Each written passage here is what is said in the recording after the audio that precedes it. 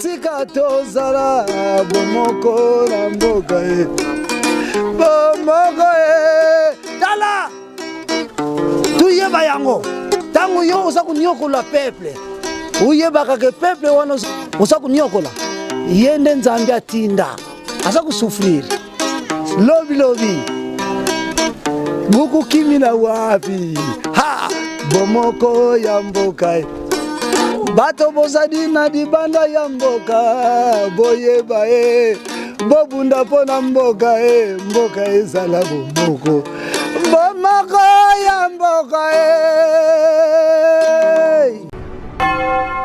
Causé par cet incendie, suivez.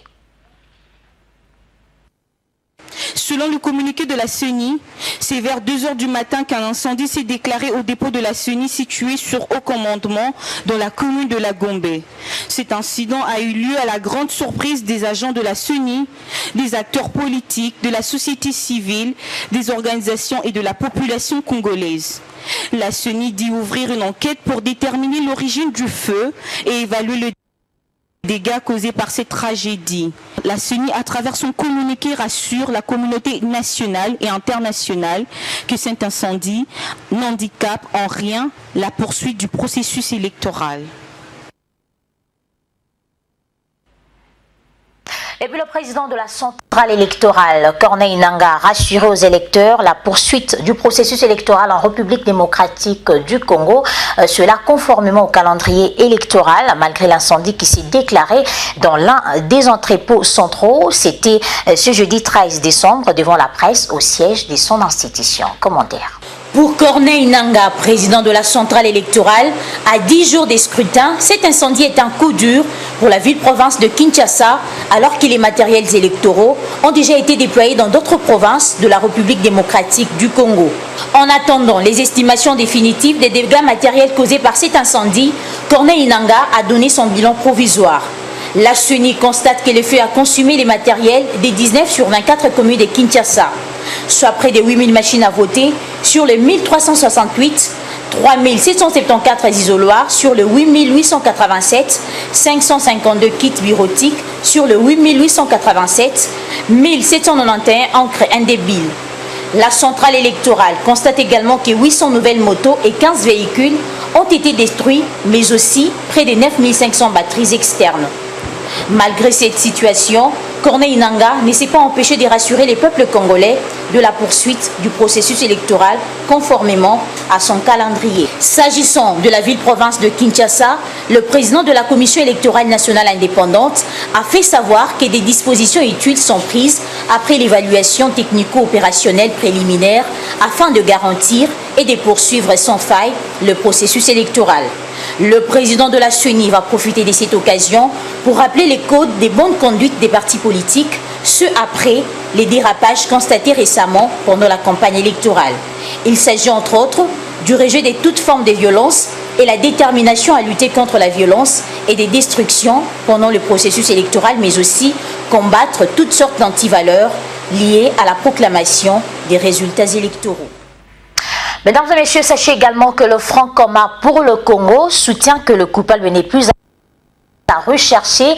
Dans un communiqué publié les jeudis et signé par Némi Milania, son coordonnateur, le FCC pointe du doigt accusateur Martin Fayulu qui, selon cette plateforme électorale, avait invité ses militants à détruire les machines électoraux. John Lungila nous en dit plus. Dans un communiqué signé par son coordonnateur, le Front commun pour le Congo s'est dit choqué par l'incendie criminel qui a ravagé les dépôts du matériel électoral de la CENI, ville de Kinshasa. Le Front commun pour le Congo déplore le perte subie par l'antenne provinciale de la centrale électorale et encourage celle-ci à poursuivre sans désemparer le processus entamé en pourvoyant aux besoins ainsi créés. Le FCC rappelle qu'en date du 3 décembre 2018, au cours de sa dernière conférence de presse, il avait dénoncé l'apologie de la violence et les attaques systématiques du candidat président de l'opposition, Martin Fayulu, qui, au grand étonnement du monde entier, a pour programme politique Au cours de cette campagne électorale, l'invitation de ces militants et sympathisants à détruire le matériel électoral de manière à empêcher la CENI d'organiser les scrutins prévus le 23 décembre prochain. Pour Néhémie Milania, ces propos et gestuels qui les accompagnent étaient déjà le prélude de la mise en œuvre d'un projet bien planifié tendant à entraver le processus électoral en cours et à saper l'investissement politique de tout un peuple. Le FCC condamne cette politique des violences et des terres brûlées dont les premières victimes et les premiers dégâts sont aujourd'hui déplorés. Le FCC dénonce le silence de la communauté internationale qui est resté très curieusement à faune depuis le déclenchement par les candidats du regroupement Lamouka de la violence électorale décriée.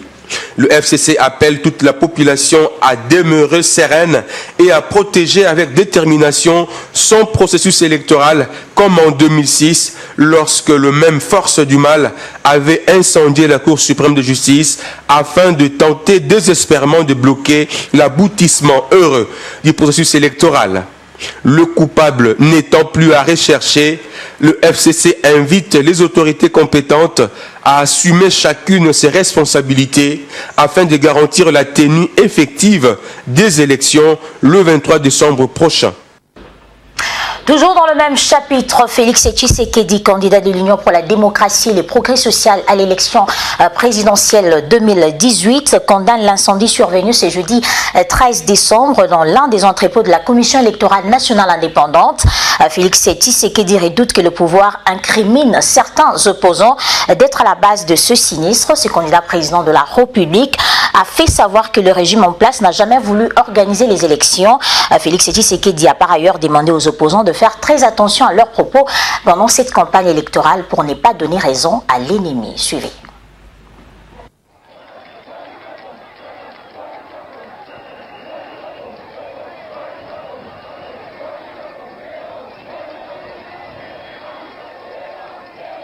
Du pouvoir en place vis-à-vis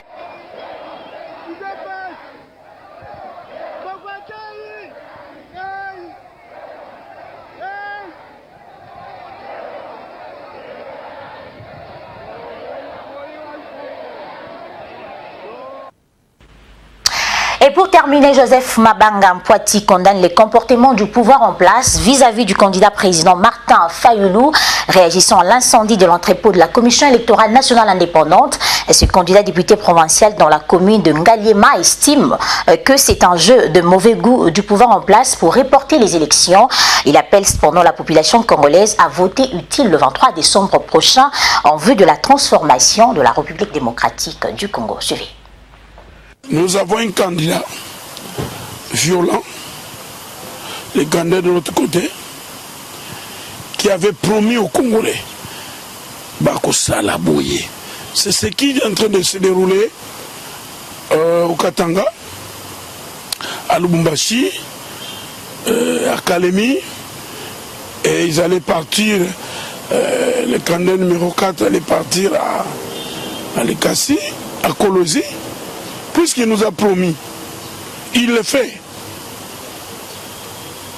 J'ai entendu mes semaines de dire on veut faire l'enquête. Mais vous faites l'enquête en vous basant au propos de votre candidat.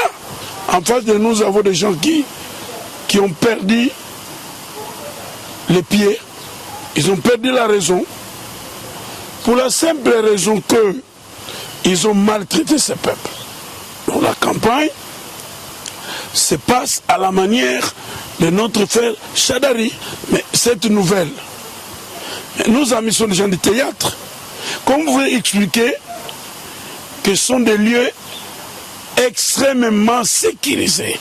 C'est une aventure de mauvais goût. Les gens d'Engalé m'ont donné moi toutes vos voix. Je vais vous donner l'énergie solaire. Il y aura des kits solaires dans chaque maison, avec les Français. Et voilà, c'est la fin de cette session d'information. Mesdames et messieurs, merci de votre fidélité.